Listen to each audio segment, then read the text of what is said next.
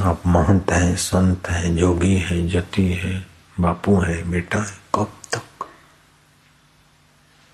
इस काल की धारा में कौन कहाँ टिकेगा? सब पसार होने वाले। ये समझदारी रखो, अपने आत्मदेव में प्रीति करो। देवराज, उन सभी राजाओं ने 100 यज्ञ किए थे, सभी धर्मात्मा थे और सब के सब निरंतर यज्ञ में संलग्न रहने वाले थे। 100 यज्ञ अश्वमेघ और धर्मात्मा थे और पृथ्वी पर राज्य किया था और निरंतर यज्ञ में रहते सत्य कर्म में। फिर भी देखो, रहे इसलिए इनके नाम रहे, बाकी शरीर तो नाम भी रहे तो तुम तो नहीं जानते थे, हम भी नहीं जानते। अभी हमसे पूछे तो हम नहीं बोल सकते ये सब नाम। हिरण्यकश्यप को याद रहे क्या? बस। देवेंद्र, तुम्हारी ही तरह वे भी आकाश में विचरते थे, सैकड़ों मायाएं जानते थे। आकाश में विचर सकते थे, मायाएं जानते थे, विचर बदल सकते थे रूप। धनुष्य बाण छोड़े तो हजार धनुष हो जाए, आग पैदा कर दे, बरसात कर दे, ऐसी ऐसी माया है। वो तो अभी भी को एक संत थे, वो करके दिखा देते थे। थोड़े दिन पहले उनका शरीर शांत हुआ, तीर मार दिया पेड़ में तो आग लग गई, दूसरा तीर मारा तो पानी पानी हो गया। ये सब होता है। राजा अवध नारायण ने पूछा था उनसे, विशुद्धानंद, अभी उनका आश्रम है काशी में, सूर्य विज्ञान जानते थे। नाभि में से कमल निकाल के दिखाया कि विष्णु हमारे, हम नाभि से कमल निकाल सकते तो विष्णु की नाभि से कमल निकला, उसमें संदेह मत करो। कई अंग्रेज परीक्षा लेने को है, फूल रखे गुलाब के, बोले देखो ये क्या है? बोले गुलाब के फूल है। देखो, बोले ये मोतिया है। मोतिये के बन गए, हाथ घुमा दिया, जासूसी बन गए। ऐसे भी क्या? ये माया है, एक प्रकार की विद्या है। घास का टुकड़ा तोड़ के दिया, कोई भी बीमारी ठीक हो जाए, ऐसे के भी शरीर नहीं रहे। यहाँ बैठे बैठे दूर की बात बता दे, तुम्हारे को क्या है देख के बता दे और कर दे, फिर भी क्या? देवराज, वे इच्छानुसार रूप धारण कर सकते थे। इच्छानुसार रूप धारण करते थे, इच्छानुसार आकाश में विचरण कर सकते थे। वे भी नहीं रहे तो आप इंद्रदेव कब तक रहोगे? उनके भी तेज और प्रताप बढ़े हुए थे, किंतु काल ने उनका भी संहार कर ही डाला। समय ने उनको भी निकल दिया,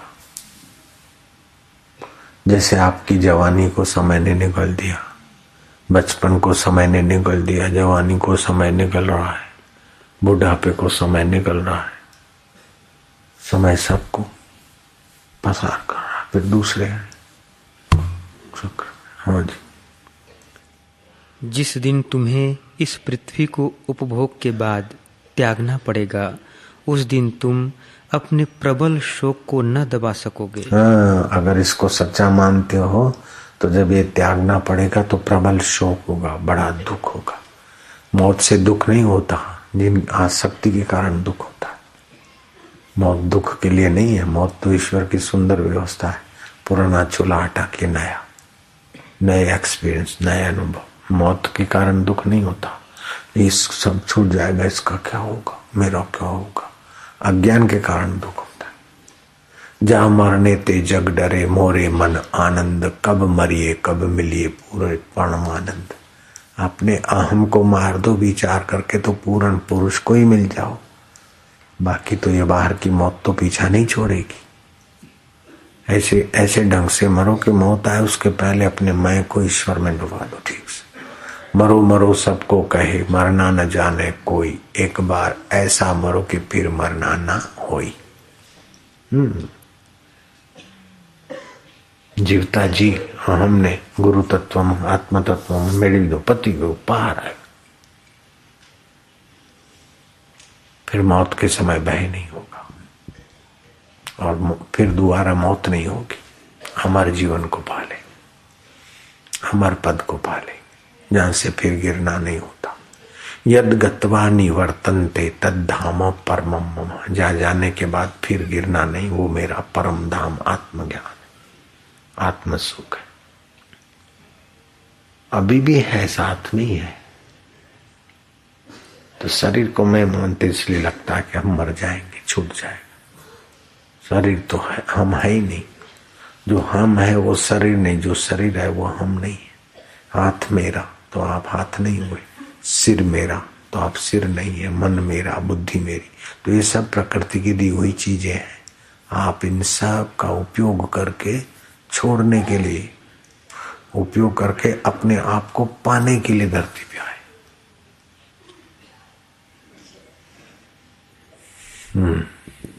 देवराज, विषय भोग की इच्छा छोड़ दो, राज्य लक्ष्मी के घमंड को त्याग दो। हाँ, राज्य लक्ष्मी का घमंड छोड़ दो और संसार से मजे लेने की इच्छा छोड़ दो। संसार का उपयोग करो, उपभोग ना करो, अंतरात्मा का आनंद लो। ऐसा करने से तुम अपने राज्य के नष्ट हो जाने पर भी उसके शोक को धैर्य पूर्वक सह सकोगे।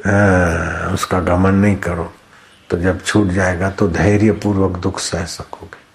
एक दिन तो ऐसा आएगा सब छूट जाएगा, तो अभी से उसकी ममता छोड़ दो, तो फिर उसका पीड़ा ना हो, उसकी वासना ना सताए, उसके चिंतन में फिर भटकान ना हो। जियो ऐसे कि जीते जी मरने की कला आ जाए। जो ठीक से जिएगा, मरने की कला आएगी तो फिर अमर हो जाएगा। जरा जरा सुख में हे, जरा जरा दुख में घबराहट नहीं, गुजरने दो इनको। अपने अमर पद को उस समय याद करो। रोग शोक बीमारी दुख के समय भी कोई निर्दुख नारायण तत्व है, उसको जान रहा है। हो इंद्र, शोक के समय शोक न करो, हर्ष का अवसर आने पर हर्ष से फूल न उठो। इस कटु सत्य के लिए क्षमा करना, अब देर नहीं है, तुम पर भी काल का आक्रमण होने ही वाला है। अब देर नहीं, समय तो तुम पर भी गुजरेगा। 2 साल 5 साल 2 साल 5 साल में तो कुर्सी छोड़नी पड़ती है आजकल। तो 5 साल में से कितने साल तो गुजर गए। हाँ जी, इस समय तुम बड़े बड़े महारथी सोचते हैं कि हम आएंगे, लेकिन वो ही हार जाते बेचारे। कई एमपी हार जाते, मिनिस्टर हार जाते, सेंट्रल के मिनिस्टर हार जाते, प्राइम मिनिस्टर हार जाते, अपनी पार्टी हार जाती, होता रहता है। इसलिए तो चंचल स्थिति है, उस पर कोई इतराने की जरूरत नहीं।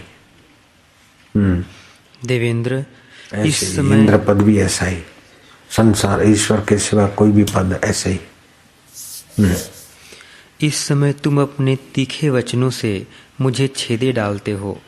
मैं शांत होकर बैठा हूँ, इसलिए तुम अपने को बहुत बड़ा मान रहे हो। किंतु याद रखो, जिस काल का मुझ पर धावा हुआ है वही तुम पर भी चढ़ाई करेगा। देवताओं के 1000 वर्ष पूर्ण होने तक ही तुम्हें इंद्र होकर रहना है। देवेंद्र, तुम मुझे जानते हो और मैं तुमको जानता हूँ, फिर मेरे सामने लाज छोड़कर इतनी डींग क्यों हाँकते हो? जब मैं राजा था उस समय जो पुरुषार्थ दिखा चुका हूँ उससे तुम अपरिचित नहीं हो। कई बार के युद्धों में तुम मेरा पराक्रम देख चुके हो। एक ही दृष्टांत देना काफी होगा। पहले जब देवासुर संग्राम हुआ था उस समय की बात तुम्हें भूली न होगी। मैंने अकेले ही समस्त आदित्यों, रुद्रों, साध्यों, वसुओं तथा मरुदगणों को परास्त किया था। मेरे वेग से देवताओं में भगदड़ पड़ गई थी। तुम्हारे सिर पर भी पर्वतों के कितने शिखर फोड़ डाले थे, किंतु इस समय मैं क्या कर सकता हूँ? काल का उल्लंघन करना कठिन है। तुम्हारे हाथ में वज्र रहने पर भी मैं केवल मुक्के से मारकर तुम्हें मौत के घाट उतार सकता हूँ। अभी भी वो ताकत रखता हूँ, लेकिन अभी हमारे उतरता पानी सहने के दिन और तुम राजा बने रहो। देवेंद्र, मेरे लिए यह पराक्रम दिखाने का नहीं, क्षमा करने का समय है। इसलिए तुम्हारे सब अपराध चुपचाप सहे लेता हूँ, और यही वजह है कि तुम अपनी झूठी बड़ाई किए जा रहे हो। जैसे मनुष्य रस्सी से किसी पशु को बांध लेता है, उसी प्रकार भयंकर काल मुझे अपने पास में बांधे खड़ा है। पुरुष को लाभ हानि, सुख दुख, काम क्रोध, जन्म मरण और बंधन मोक्ष, ये सब काल से ही प्राप्त होते हैं। काल मना समय की धारा में। जो काल के प्रभाव को जानता है, वह उससे कष्ट पाकर भी शोक नहीं करता, क्योंकि दुख दूर करने में शोक से कोई सहायता नहीं मिलती। यही सोचकर मैं शोक नहीं करता। हाँ, इतनी मेरी स्थिति हो गई फिर भी मैं शोक नहीं करता हूँ। मैं जानता शोक से कोई सहायता नहीं मिलती। दुख के समय दुखी होने से दुख मिटता नहीं, दुख और बढ़ता है। लेकिन समझ बढ़ने से दुख का प्रभाव हटा दिया जाता है। अरे ऐसा हो गया, बहू ऐसा करती, तो ऐसे ही है जमाना।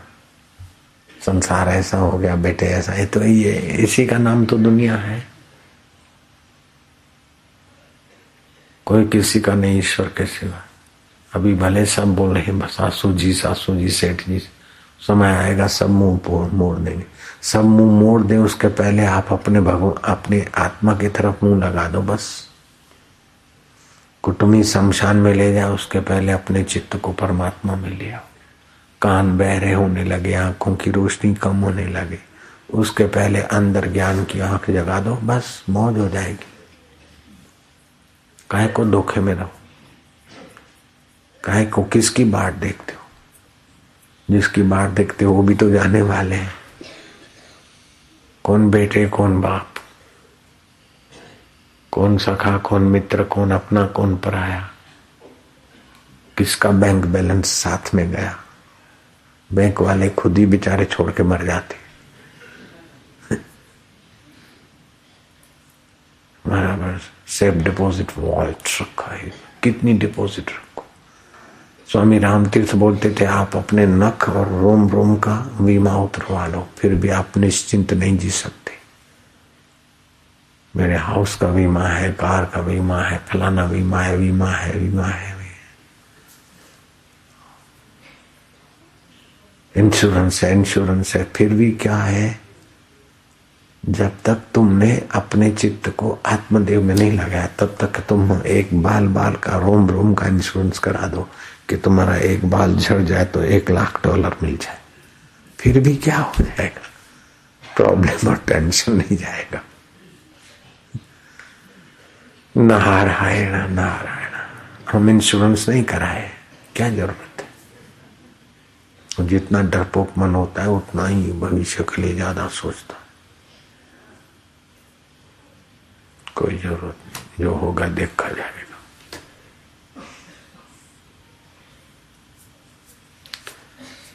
नारायण। पहले के लोग कहाँ कराते थे इंश्योरेंस?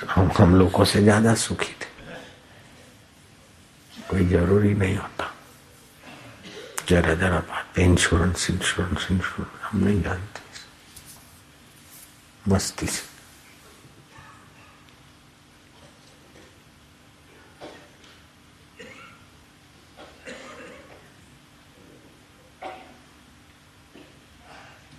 असली इंश्योरेंस तो अपने परमात्मा में चित्त ले आओ, फिर कैसी भी परिस्थिति होगी वो इंश्योरेंस उस समय इनकैश हो जाता है। जंगलों में भी, मुसीबतों में भी, रोगों में भी तुरंत इनकैश हो जाता है। साइन भी नहीं करनी पड़ती और पैसे लेके बाजार भी नहीं जाना पड़ता। सब तैयार होके सूझबूझ आ जाती। मौसम बदला है, भूख कम हो गई है, च्यवनप्राश खाया तो कुछ काले बाल तो आ गए, लेकिन कब तक रहेंगे? खूब आए काले बाल, लेकिन कब तक खुशी मनाएंगे बापू? काले बाल च्यवनप्राश का चमत्कार है, काले काले बाल आ गए खूब, छोटे छोटे, फिर बड़े बड़े भी हो गया। लेकिन कब तक?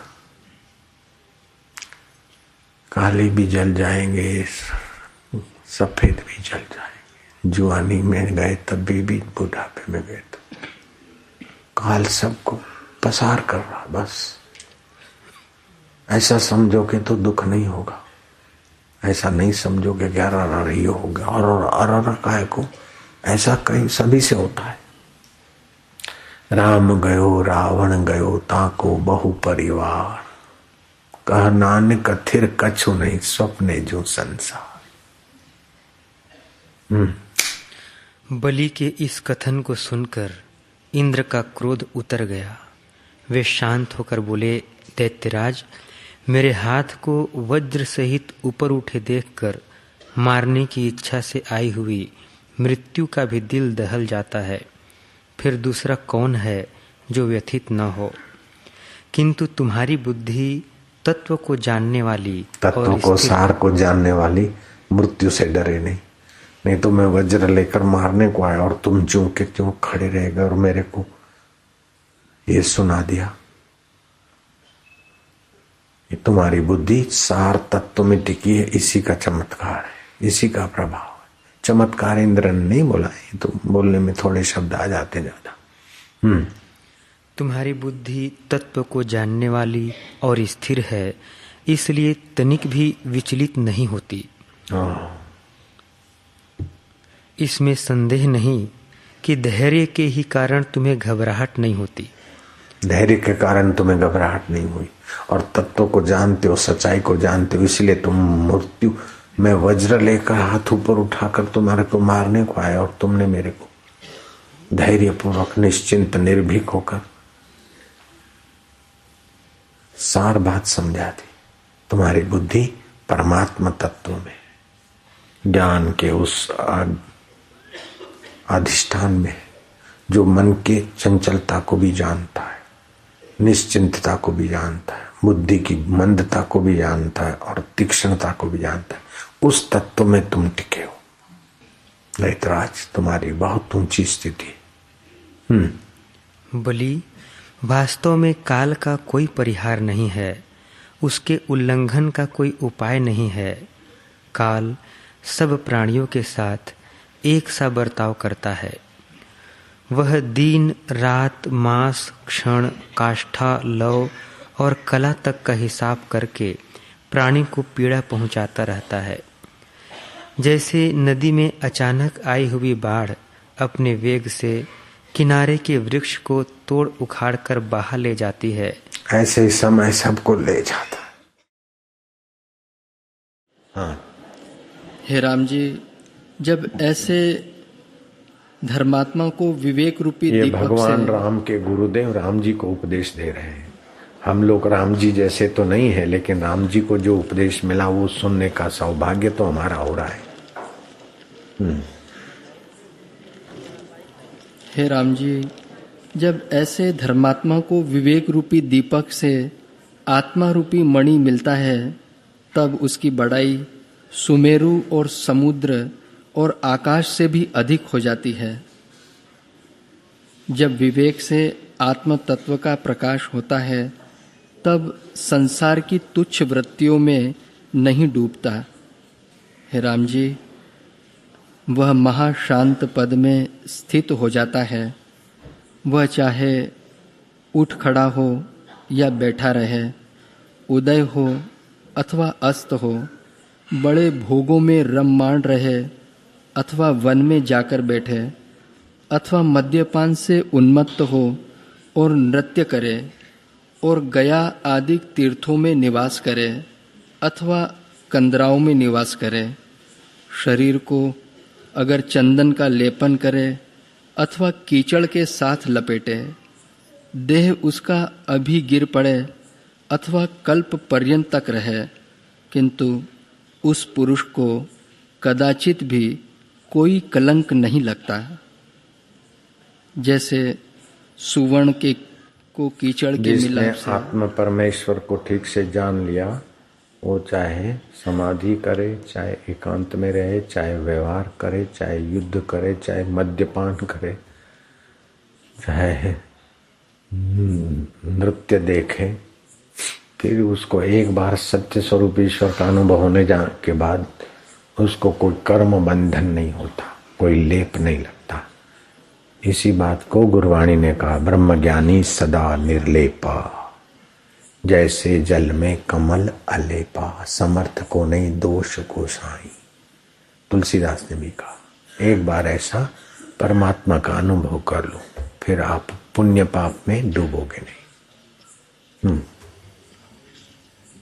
हे राम जी, यदि प्रलय काल का पवन चले और पुष्कर मेघ की वर्षा हो जाए, बड़वाग्नि लगे और द्वादश सूर्य तपने लगे, तो भी वह ऐसे क्षोभों में भी चलायमान नहीं होते, क्योंकि वे सब ब्रह्म स्वरूप जानते हैं। जो जरा जरा बात में दुख में चिंता में डूब जाते हैं, अभी वो साधक होने की नाम को सार्थक नहीं कर रहे। नाम साधक है, साधक और संसारी। संसारी वो होता है जो साधना थोड़ी बहुत करे और संसार की परिस्थितियों में उलझता रहे, उसको संसारी बोलते। और साधक उसको बोलते कि साधना का ज्ञान मुख्य है, साधना मुख्य है, संसार में थोड़ा बहुत रहे। तो संसार का सुख दुख आए तो चोट नहीं हो तो साधक है, अब चोट गहरी होती तो भी संसारी है। तो अभी ऐसे ऊपर से नाम रख दिया साधक। साधक साधक के लक्षण वो नहीं होते, झूठ करे, कपट करे, जरा जरा बात में बेईमानी करे, पलायनवादी करे, वो साधक नहीं होता, वो तो संसारी। पलायनवादी तो संसारी से भी गया भी था। ईश्वर के रास्ते चले तो दृढ़ता से चले, जप करे तो पलायन क्यों करना। हे राम जी, उनका जीना वृथा हो जाता है। वे कहने भर को चैतन्य हैं, असल में पाषाण की शिला सदृश होते हैं। जैसे बवंडर में उड़ा हुआ तृण स्थिर नहीं होता, वैसे ही देह अभिमानी कभी भी शांति नहीं पाता। और जिन पुरुषों ने आत्म अनात्म का निर्णय किया है और आत्मा में अहम प्रतीति की है, वह वास्तव में महापुरुष है और उसे मेरा नमस्कार है। भगवान राम के गुरुदेव कहते हैं, जिसने अपने आत्मा परमात्मा में स्थिति की है वो महापुरुष है, उसको मेरा नमस्कार है। क्या नम्रता की मूर्ति है। 1.5 लाख साल जिए धरती पे, योग करके समाधि करके रीत जानी थी। 1.5 लाख वर्ष की उम्र थी। वशिष्ठ महाराज, चौन ऋषि 60,000 वर्ष तक जिए। परमात्मा प्राप्ति हो जाए फिर 60,000 वर्ष जिए, 60 साल जिए, 60 दिन जिए, तो भी जीना सार्थक हो गया। ज्ञानेश्वर महाराज 22 साल में ही चल दिए। शंकराचार्य भगवान 36 साल में चल दिए। विवेकानंद भी 39 साल में 40 में चल दिए।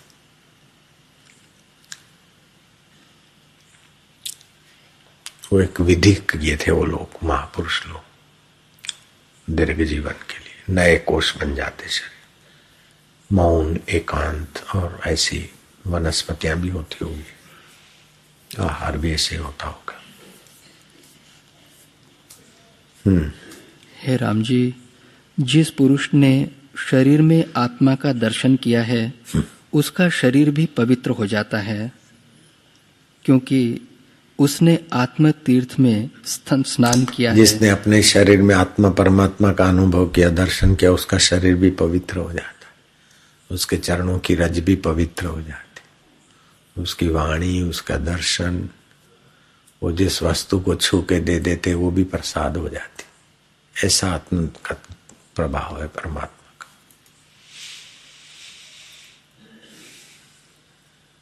चोले जिना दे रतड़े तंग जिना दे पास, धुली उना दी जे मिले नानक दी अरदास। ऐसे की धूली भी मिल जाए तो नानक जी बोलते हम अरदास करते, इच्छा रखते। नानक भी कितने नम्रता की बात बोलते। हे राम जी, जिसने आत्मरूपी तीर्थ में स्नान किया है वह अपवित्रों को भी पवित्र कर देता है। जिसने आत्मरूपी तीर्थ में स्नान किया वो अपवित्रों को भी पवित्र कर देता है। वो तीर्थराज है जिसने आत्मा परमात्मा को जाना। महाराष्ट्र में एक संत हो गए एकनाथ महाराज, पैठान में, औरंगाबाद के नजीक है। उनके पास एक माई आई। वो पूर्व काल में नगर सेठ की पत्नी थी, लेकिन अब बहुत स्थिति नहीं रही। उसने प्रणाम करके प्रार्थना की। हमारे यहाँ संत आए थे, दंडी स्वामी। मैंने उनसे प्रार्थना की कि हम पति पत्नी तय कर चुके थे कि हम गंगा स्नान करने जाएंगे, 8400 ब्राह्मणों को जिमाएंगे, साधुओं को करीब 8400 नहीं तो फिर महाराज 84। लेकिन आज मेरी स्थिति ऐसी है कि संपदा पति के साथ ही चली गई। पति हार्ट अटैक में गए। मुनि मैनेजर और लोगों ने अंगूठा दिखाया। अब मुझे संपदा का दुख नहीं है, लेकिन एक बात का दुख है कि हमने जो संकल्प किया था 8400 ब्राह्मणों को जिमाने का, 84 ब्राह्मण भी जिमा लूं, ऐसी मेरी स्थिति नहीं है।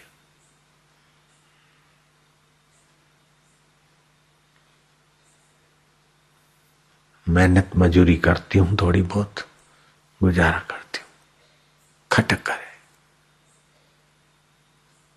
तो उस दंडी सन्यासी ने कहा कि एकनाथ महाराज एक ही है, उनको अगर भोजन तुम जिमा दोगे तो 8400 ब्राह्मणों ने जिम लिया। वो तो विश्व आत्मा है, ब्रह्मज्ञानी संत है। महाराज आप मेरा भोजन स्वीकार करो। एकनाथ ने कहा कि देखो तुम्हारी व्यथा में जानता हूं, लेकिन मैं अपने बेटे हरि पंडित को वचन देकर बंधा हुआ। उसने वचन लिया है कि मेरे हाथ से भोजन करोगे, तो बनाएगा तो हम खाते।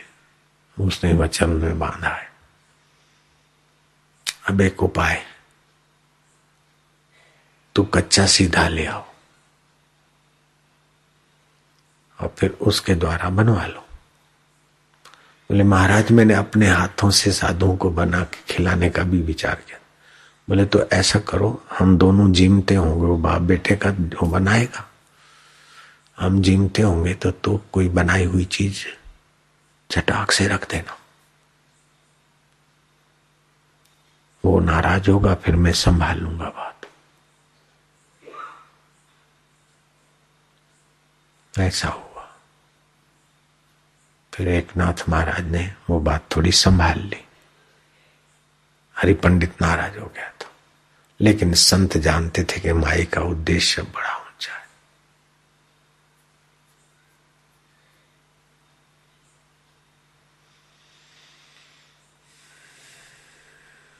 वो भगवान की प्रीति के लिए उसने संकल्प किया था।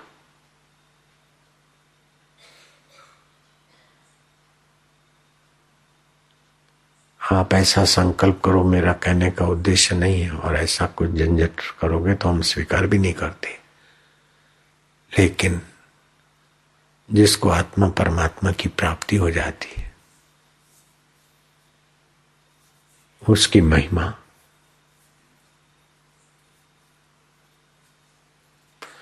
भगवान शिव जी वशिष्ठ को कहते, 13 निमेष उस परमात्मा में ध्यान करने से जगदान करने का फल होता है।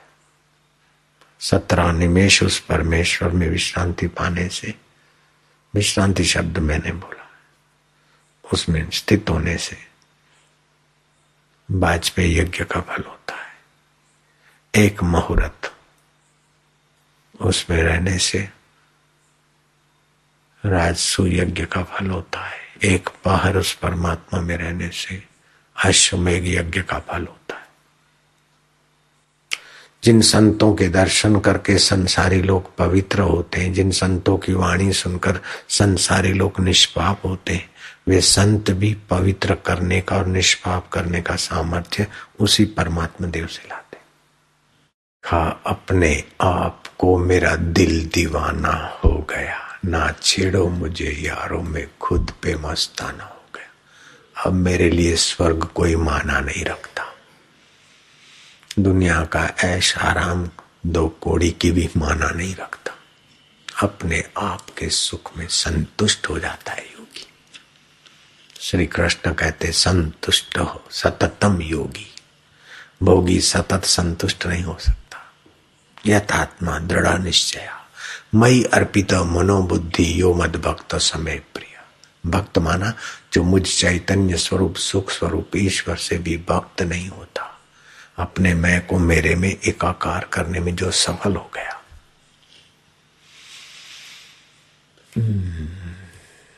आजकल तो मूर्ख लोग को बोलते ये तो बेचारा भगत है, और भगत और बेचारा भगत तो ईश्वर से मुज्जतें करते, भगत और बेचारा नहीं होता। भगत जगत को ठगत है, भक्त वो है जो दुनिया को ठगे। कैसे ठगे? कि दुनिया में रहे, दुनिया का उपयोग करे, लेकिन ये सच्चा है ऐसा ना माने, सत्य में एकाकार है और उसका उपयोग कर ले, उसमें फंसे नहीं, उसमें डूबे नहीं, विकारों में गिरे नहीं, विकारों का उपयोग कर ले। बेटे को जन्म देना है, ठीक है, राम जी ने दे दिया, कृष्ण जी ने दे दिया, कबीर जी ने दे दिया, नानक जी ने दे दिया, डूबे नहीं विकारों। भगत जगत को ठगते, भगत को ठगे न कोई।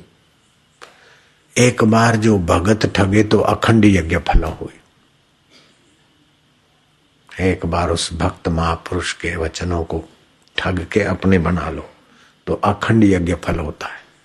तो ठग लो उनको, तो ठगाने के लिए तो घूमते रहते, प्रवचन करते, उनके अनुभव को अपना अनुभव बना लो। नारायण नारायण नारायण नारायण।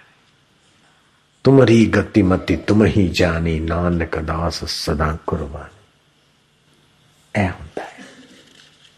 रब ऐसा है, छोटे मुंह बड़ी बात मत कर। भगवान ऐसे हैं, ऐसे हैं। हाँ, जितना आप उसके बारे में सद्भाव करके अपना दिल मन पवित्र कर लो, बाकी पूरा वर्णन नहीं कर सकते। मत करो वर्णन, हर बेअंत है, क्या जाने वो कैसुरे।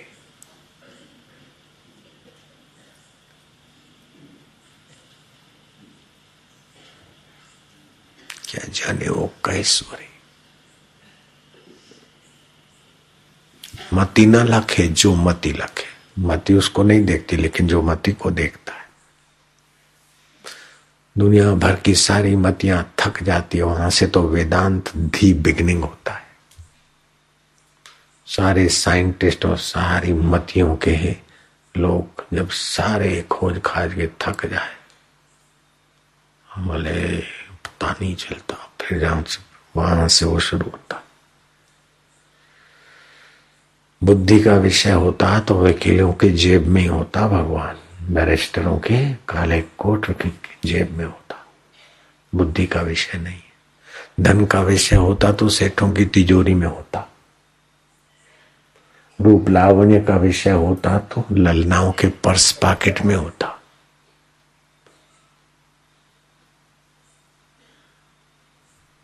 सारे विषय जिससे प्रकाशित होते हैं वो है।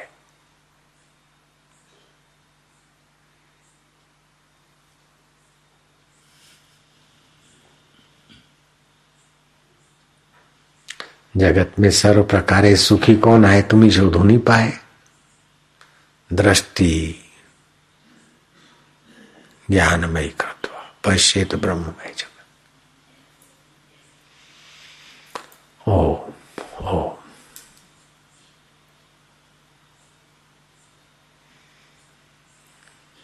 हे राम जी, वह सर्वशास्त्र दृष्टि पर विराजता है और सर्वात्मा हो जाता है। सब शास्त्रों से उन पे के अनुभव में पहुंच जाता है और सर्वात्मा हो जाता है, आत्मरामी संत। जैन उसी को जीन कहते हैं और कालवादी उसी को काल कहते हैं। संपूर्ण विश्व उसको आत्मस्वरूप दिखता है। जो चेष्टाएं ब्रह्मा, विष्णु और इंद्र आदि करते हैं, उसका कर्ता भी वह अपने को जानता है। उसके सारे ब्रह्मा, विष्णु, महेश, इंद्र जो चेष्टाएं करते हैं, ज्ञानी समझता हम ही कर रहे हैं। हम ब्रह्मा जी होकर सृष्टि कर रहे हैं, विष्णु होकर पालन कर रहे हैं, इंद्र होकर देवताओं से सम्मानित होते हैं।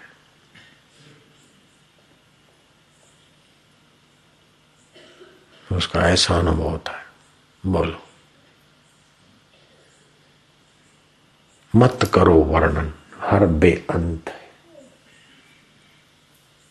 ऐसा है अनंत परमेश्वर।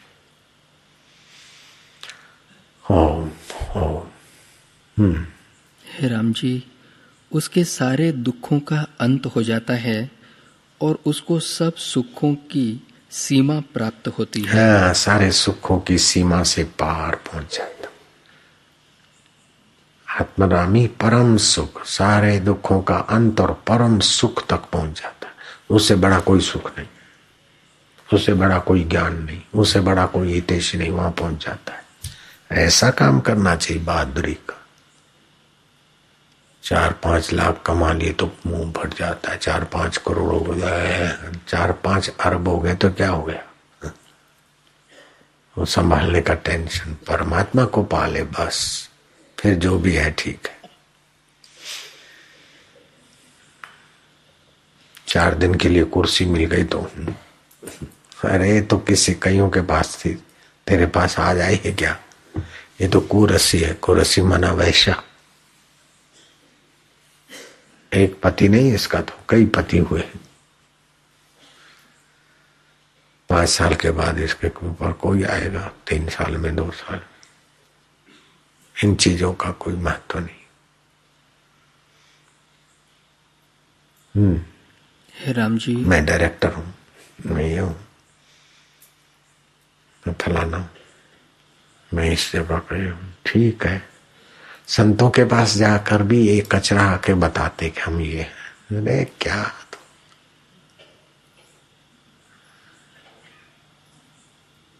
ये तुम्हारे पास पहले नहीं था, बाद में नहीं रहेगा, तो इसका क्या परिचय देते हो? जो पहले था, जो बाद में रहेगा, उसको जानने के लिए गिड़गिड़ाओ। ओम ओम। बाबूजी बड़े साहब हैं, ये सुप्रीम कोर्ट के। ठीक है, गुप चुप रहो। ठीक, शिविर में आए थे, ठीक है। फलाने आदमी चीफ जस्टिस बैठे, बैठे रहने दो उनको, सज्जन है, अपने आप आते, चुपके से सुन के चले जाते। ठीक, बाहर की पदवी उन पर थोपो नहीं, वो बेचारे सहज में। तो प्रजा भाग्यशाली है कि ऐसा चीफ जस्टिस मिला जो सत्संगी प्रेमी है, उसके द्वारा तो अच्छे काम होते। काय को परिचय देते हो लोगों को? मेरे को बैठे, ठीक है।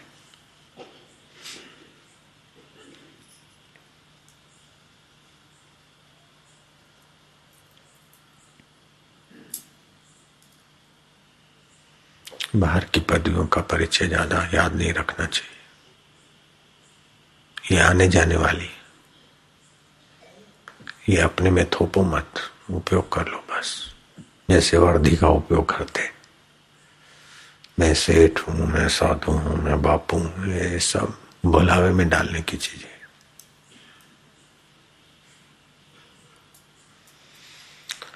ओ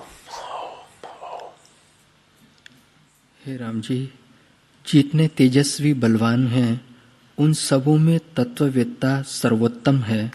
जितने धरती पे तेजस्वी, बलवान, यशस्वी है, उन सब में ऊंचा पद ब्रह्मज्ञानी का है।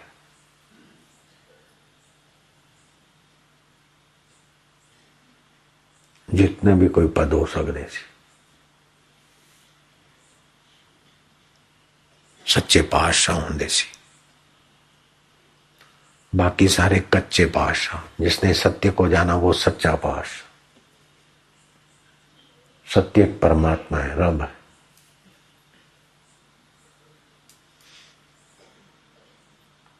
सच्चे पातशाह ब्रह्मज्ञानी संत होंदे सी, दूसरे दी ताकत नहीं, दूसरे दी ताकत नहीं, सच्चे पातशाह। उसके सामने सब लघु हो जाते हैं। वे अनंत जगत के कर्ता हैं और अपने को सदा अकर्ता जानते हैं। ऐसे आश्चर्य पद में उन्होंने विश्राम पाया है। हे राम जी, जगत के समूह सत्ता समान में स्थित होकर उन्होंने परम विश्राम पाया है। यह आश्चर्य है। और यह आश्चर्य है कि अणु से अणु और महत से महत होकर भी वे केवल विश्राम को प्राप्त हुए हैं।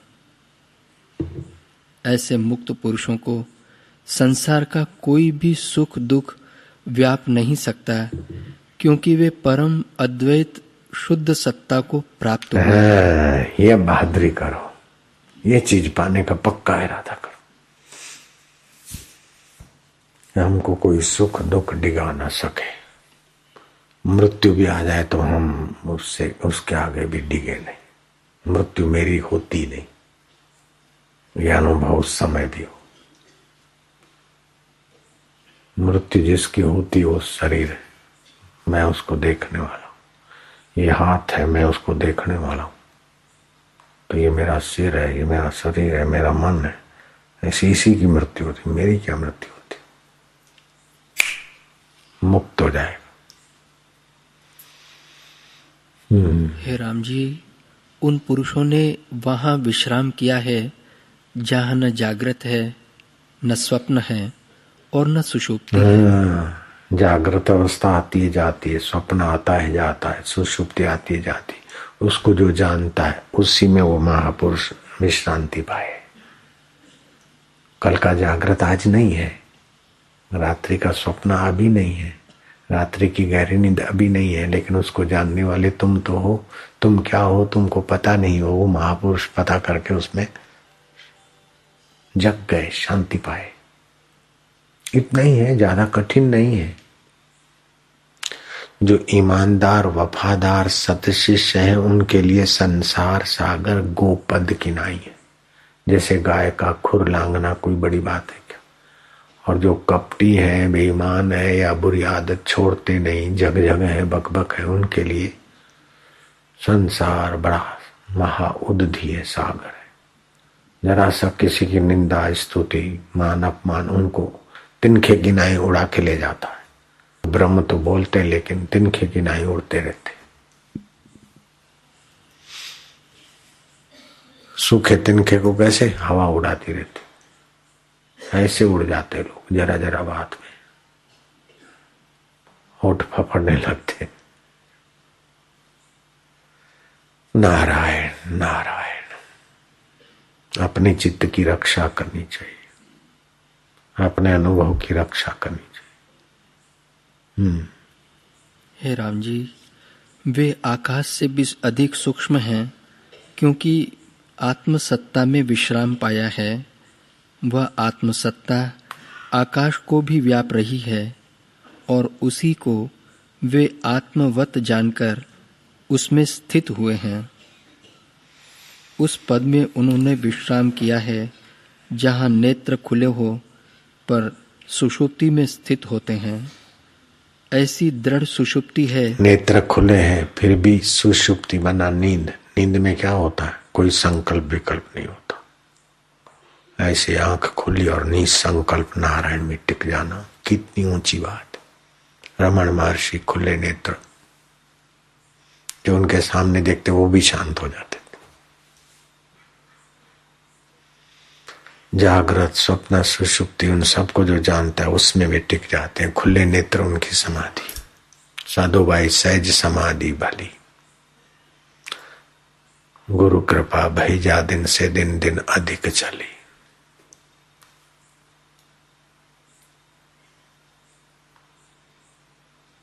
कबीर जी का अनुभव है। हे राम जी, ऐसी सुषुप्ति है कि उनका दृग और दृश्य भाव दूर हो गया है और वे द्वैत से रहित अद्वैत रूपी शैया में विश्राम करते रहते हैं।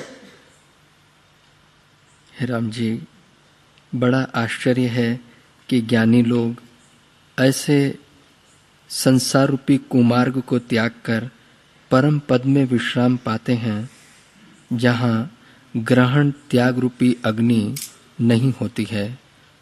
वास्तव में सुख से वे ही सोते हैं और उनके भीतर ही सदा शांति बनी रहती है। सुख से वही सोते हैं, सुख से वही जीते हैं,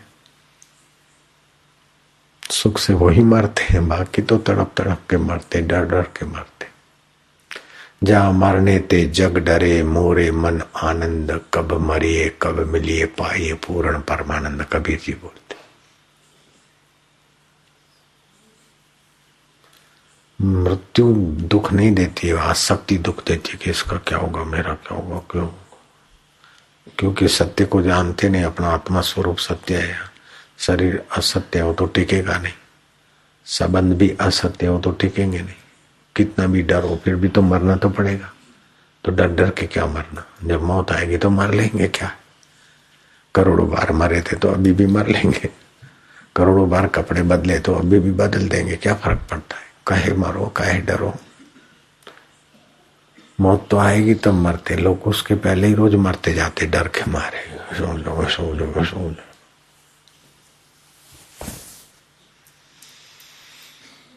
कुछ लोग तो ऐसे ही मरते हैं। एक संत बैठे थे और कोई अदृश्य गेबी सत्ता जा रही थी। बोले कहाँ जा रहे हो? बोले महाराज मैं मृत्यु हूं। ये गांव के लोगों का भाग्य ऐसा है कि एक साथ कई लोगों को हैजे की बीमारी का निमित्त बनाकर मुझे ले जाना है। बोले कितने लोग हैं? बोले होंगे 1400 जितने। तो देखा तो गांव में हैजा फैल गया और लोग मर रहे धड़ाधड़ धड़ धड़। 1400 1500 1700 हजारों हो गए। संत ने देखा कि झूठ क्यों बोली, तो संकल्प करके बैठे के जाए तो हम देखें उसको। जब वो जा रही थी तो बोले सुन, तुमने तो बोला था कि 1400 लोगों का प्रारब्ध है, सामूहिक मृत्यु, चेपी रोग या भूकंप या सामूहिक प्रारब्ध है। यहाँ तो 1400 से तो ज्यादा 2000 3000 से भी ज्यादा मर गए। बोले महाराज हमने तो 1400 मारे, बाकी अपने डर के कारण पहले मरे। वो अपने भय के कारण ही पहले मरे।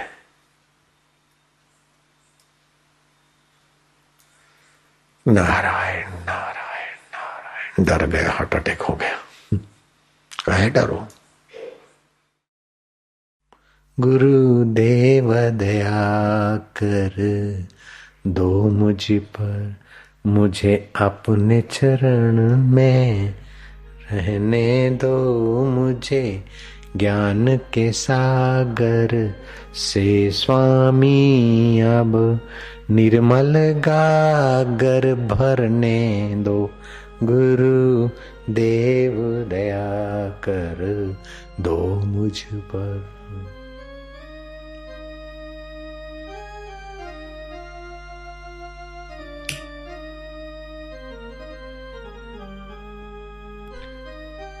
सिर पे छाया घोर अंधेरा हो, सिर पर छाया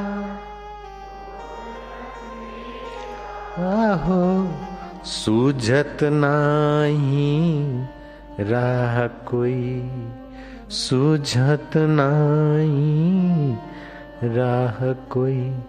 ये नैन मेरे और जोत तेरी, ये नैन मेरे और जोत तेरी। इन नैनों को भी बहने दो मुझे ज्ञान के सागर से स्वामी, अब निर्मल गागर भरने दो गुरुदेव, दया कर दो मुझ पर।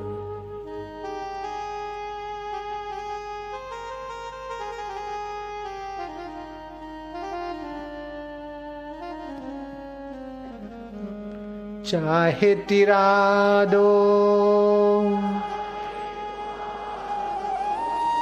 चाहे तिरा दो, चाहे डुबा दो हो, चाहे तिरा दो, चाहे डुबा दो हो, मर भी गए तो देंगे दुहाई, मर भी गए तो देंगे दुहाई, डूब भी गए तो देंगे चाहे विरह में डुबा दो, चाहे प्रेम में तिरा दो, डूब भी गए तो दुआ देंगे और तैर भी गए तो धन्यवाद। चाहे तिरा दो, चाहे डुबा दो हो, मर भी गए तो डूब भी गए तो देंगे दुआ। ये नाव मेरी और हाथ तेरे, ये नाव मेरी और हाथ तेरे, मुझे भवसागर से, मुझे ज्ञान के सागर से स्वामी, निर्मल गागर गुरुदेव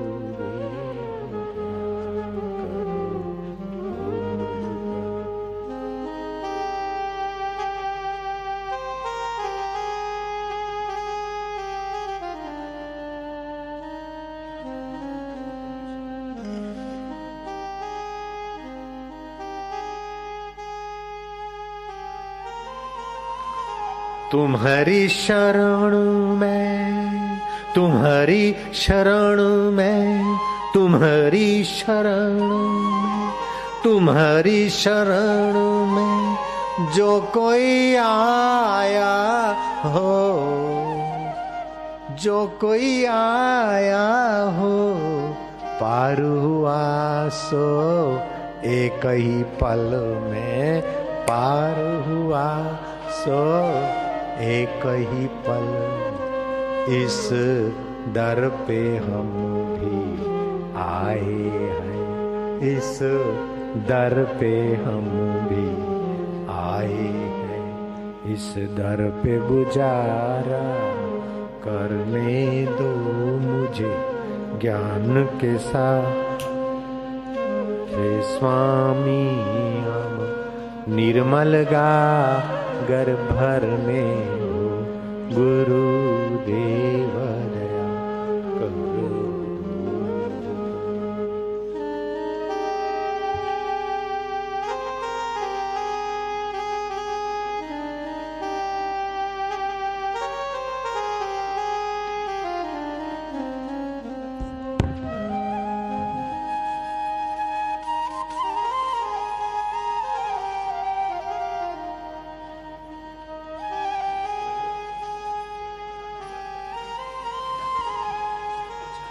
सिर पर छाया घोर अंधेरा, सिर पर छाया,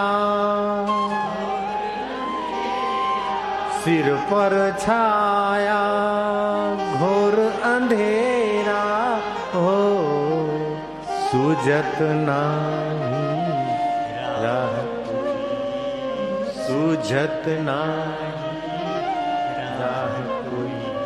ये नैन मेरे और जोत तेरी, ये नैन मेरे और जोत तेरी, इन नैनों को भी बहाने दो मुझे ज्ञान के सागर से स्वामी। निर्मल गागर गुरुदेव दया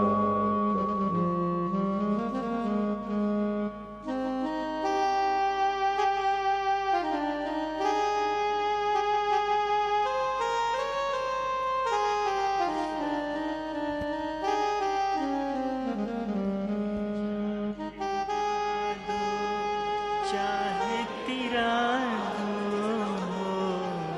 चाहे डुबा दो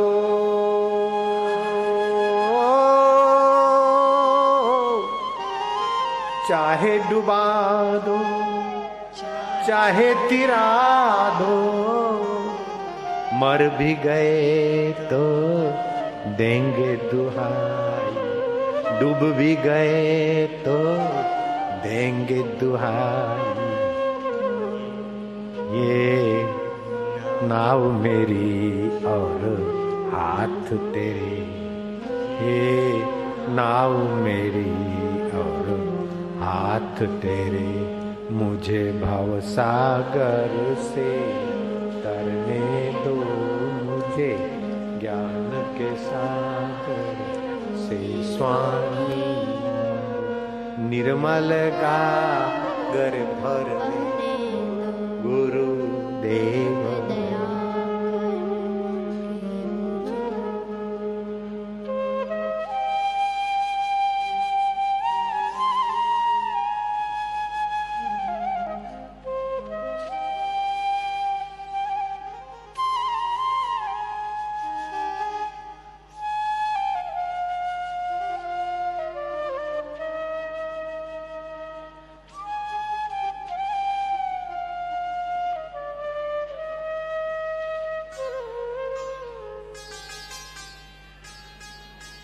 तुम्हारी शरण तुम्हारी शरण में तुम्हारी शरण में